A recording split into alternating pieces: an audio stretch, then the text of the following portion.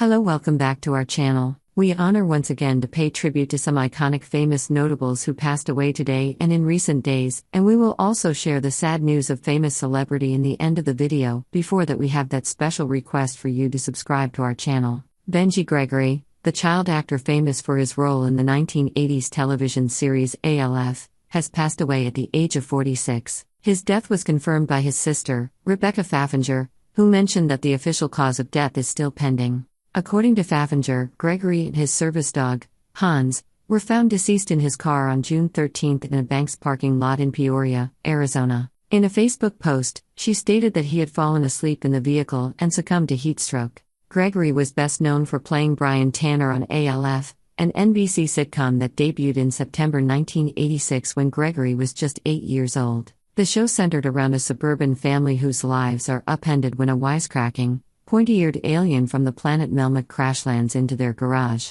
The family names the alien ALF, short for alien life form, and he becomes a mischievous but endearing part of their household, forming a close friendship with Brian.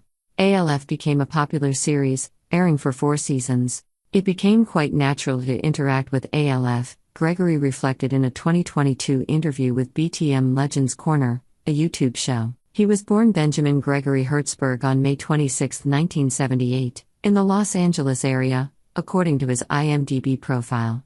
Alongside ALF, Mr. Gregory appeared in a string of other hit shows in the 1980s, including The A-Team, Punky Brewster, and Amazing Stories. Mr. Gregory's film credits include Jumpin' Jack Flash, a 1986 comedy about a lonely computer programmer in Manhattan played by Whoopi Goldberg, and the 1993 animated movie Once Upon a Forest. He eventually moved on from acting and in 2004 became an aerographer's mate for the U.S. Navy stationed in Biloxi, Miss, according to IMDb. He had lived with bipolar disorder and depression and received care for both, his sister said. Pat Colbert, the actress known for her role as the stylish Oil Barons Club host and manager Dora May on the final 8 seasons of the CBS primetime soap Dallas, has passed away at the age of 77.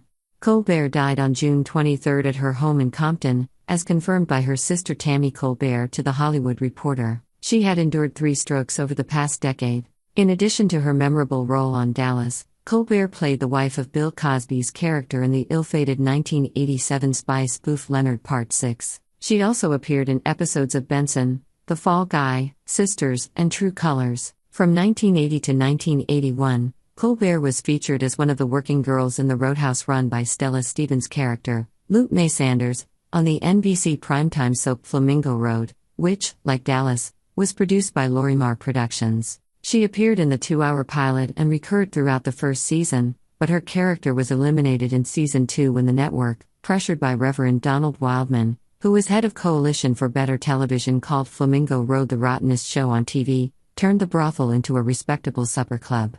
Lorimar, however, would put Colbert back to work, and she would appear on 67 episodes of Dallas from 1983-91, starting with an uncredited role in season 6, as the host of the Oil Barons Club, an upscale restaurant located in a high-rise that was a favorite hangout of the Ewing family and their associates.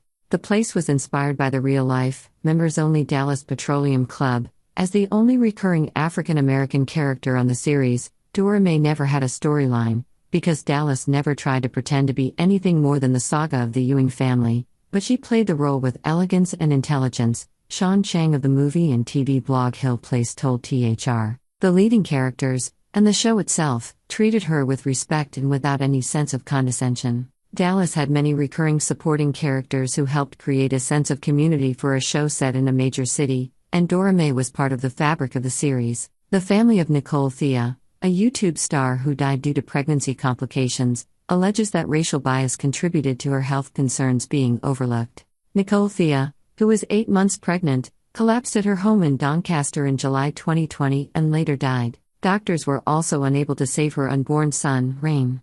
An inquest revealed that Thea, who had over 100,000 followers on Instagram and YouTube, died from a cardiac arrest caused by hypertrophic cardiomyopathy, an undiagnosed heart condition.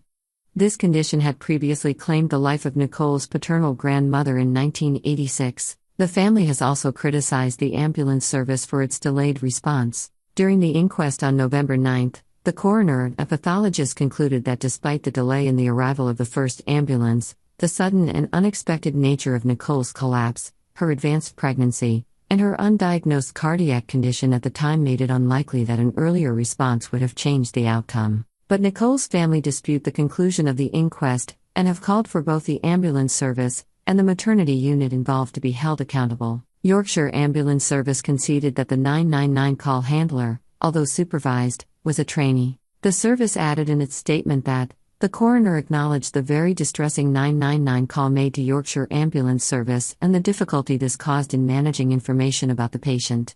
Speaking to The Independent, Nicole's mother Samantha Antoine said she has been living in a daily nightmare since her daughter and grandson's death and believed racial discrimination played a part in Nicole's health concerns, including shortness of breath, being ignored. Before she died, Nicole described telling NHS staff about experiencing shortness of breath and feeling like her baby was eating her from the inside out. She claimed she was told it was not an issue and it's normal to feel tired during pregnancy. Well, Jane Fonda shared an intimate and emotional moment with her father, Henry Fonda, in their final days together before his death in 1982 at the age of 77. In an exclusive clip from her upcoming appearance on Who's Talking to Chris Wallace shared with People, the 84 Brady actress reflects on a poignant experience with her father when asked by host Chris Wallace if they had resolved their differences before his passing.